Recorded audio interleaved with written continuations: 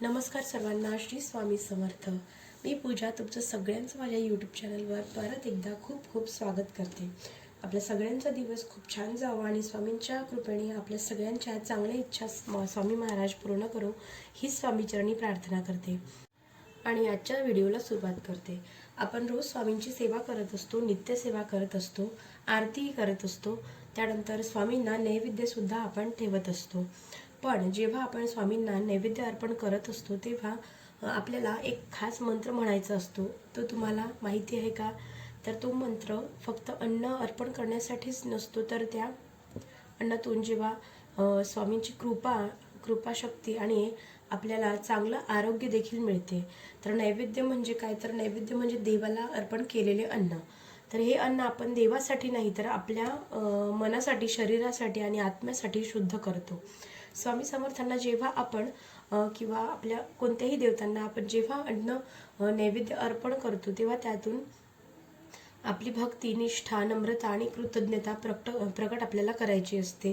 तर नैवेद्यामार्फत आपण आपली कृतज्ञता स्वामींकडे प्रकट करत असतो किंवा कृतज्ञता आपण स्वामींबद्दलची कृतज्ञता व्यक्त करण्याचा तो एक मार्ग सुद्धा आहे। आणि आपण म्हणतो ना की स्वामी हे अन्न तुमच्या चरणी अर्पण करत आहे, याचा प्रसाद म्हणून तुम्ही स्वीकार करा आणि हे नैवेद्य गोड मानून घ्या।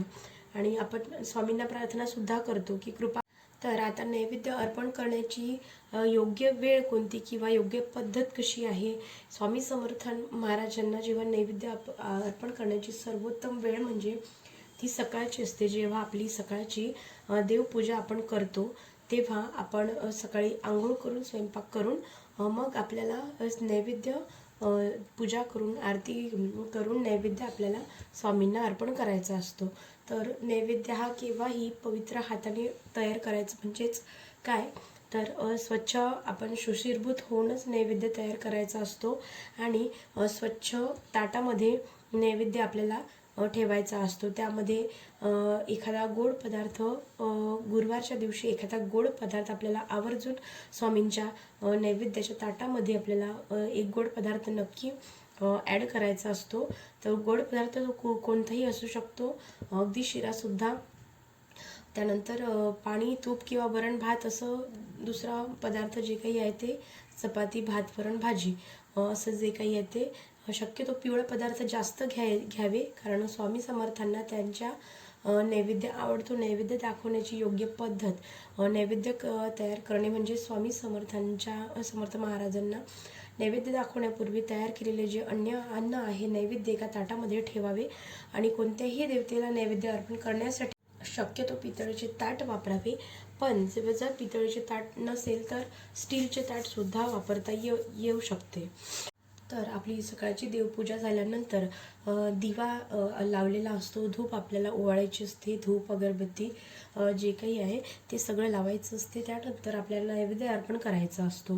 तर नैवेद्य अर्पण करताना मूर्तीपुढे किंवा देवांच्या समोर, स्वामींच्या फोटोपुढे नैवेद्य अर्पण करताना आपल्याला एक मंत्र म्हणायचा आहे। तो मंत्र म्हणजे ओम श्री स्वामी समर्थाय नमः, पंचप्राण मंत्र। ओम प्राणाय स्वाहा, ओम अपानाय स्वाहा, ओम व्यानाय स्वाहा, ओम उदानाय स्वाहा, ओम समानाय स्वाहा, ओम ब्रह्म अन्नपूर्णे सदाशंकर प्राणवल्लभ ज्ञान वैराग्य सिद्धते भिक्षा देही पार्वती नैवेद्य। ओम स्वामी समर्थाय नमः। हा मंत्राचा अर्थ असा आहे, हे अन्नपूर्णा माता सदैव आम्हाला अन्न द्या। हे अन्न मी स्वामी समर्थ महाराजांच्या चरणी अर्पण करत आहे। ते कृपाळू होऊन स्वामींनी स्वीकारावे आणि आम्हा भक्तांवर आशीर्वाद द्यावा। हा मंत्र उच्चारताना प्रत्यक्ष शब्दामध्ये आपल्या भक्ती आणि मनापासून श्रद्धा पाहिजे। स्वामी समर्थ महाराजांना अर्पण केलेला नैवेद्य हा प्रसाद रूपात आपल्याला परत देतात। स्वामी समर्थ महाराज हे अन्नपूर्णेचा अवतार मानले जातात। त्यांच्या चरणी अर्पण केलेले अन्न पवित्र होतं। ते फक्त शरीराचंच नाही तर मनाचंही पोषण करतं आणि स्वामींच्या कृपेने नैवेद्याचा जो अंश आहे तो घरामध्ये वाईट शक्तींना प्रवेश करू देत नाही। तर घरामध्ये शांतता, समाधान आणि आर्थिक स्थैर्य येते। नैवेद्य मंत्र म्हणताना तुळशीच्या पान घेऊन पाण्यामध्ये बुडवून ते तुळशीचं पान आपल्याला 3 वेळा नैवेद्याभोवती फिरवायचं आहे। तेव्हा तो मंत्र उच्चार आपल्याला करायचा आहे. ज्या घरामध्ये स्वामींना रोज नैवेद्य अर्पण केलं जातं त्या घरामध्ये दारिद्र्यता, आजार आणि असंतोष राहत नाही. नैवेद्य अर्पण केल्यानंतर काय करावं, तर नैवेद्य अर्पण केल्यानंतर तो काही वेळ तसाच ठेवायचा आहे, किमान 10 ते 5 मिनिटे. त्यानंतर त्या दरम्यान आपल्याला आपण नित्यसेवा करू शकतो, नामजप करू शकतो. सकाळी आपल्याला स्वामींची सेवा करायची आहे.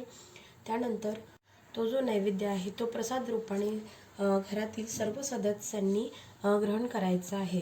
त्यानंतर नैवेद्य दाखवताना लक्षात ठेवण्यासारखी गोष्ट म्हणजे नैवेद्य दाखवताना नेहमी स्वामी समर्थ महाराजांवर आपल्याला श्रद्धा आणि भक्ती ठेवायची असे शास्त्रामध्ये सांगितले जाते. नैवेद्य दाखवताना कोणताही मंत्र उच्चारताना स्वामी समर्थांच्या चरणावर आपल्याला लक्ष केंद्रित करायचे आहे. महाराज हे अखंड ब्रह्मांडाचे चालक, मालक आणि पालक आहेत. ते स्वतः ब्रह्मांड नायक आहेत आणि आपल्या जीवनाचे मार्गदर्शक आहेत. त्यामुळे त्यांच्या पूजेमध्ये, सेवेमध्ये जेव्हा आपण अनन्यभावे शरण जाऊन समर्पण करून स्वामींची सेवा करत असतो तेव्हा स्वामींची कृपादृष्टी आपल्यावर कायम राहत असते. नमस्कार. श्री स्वामी समर्थ.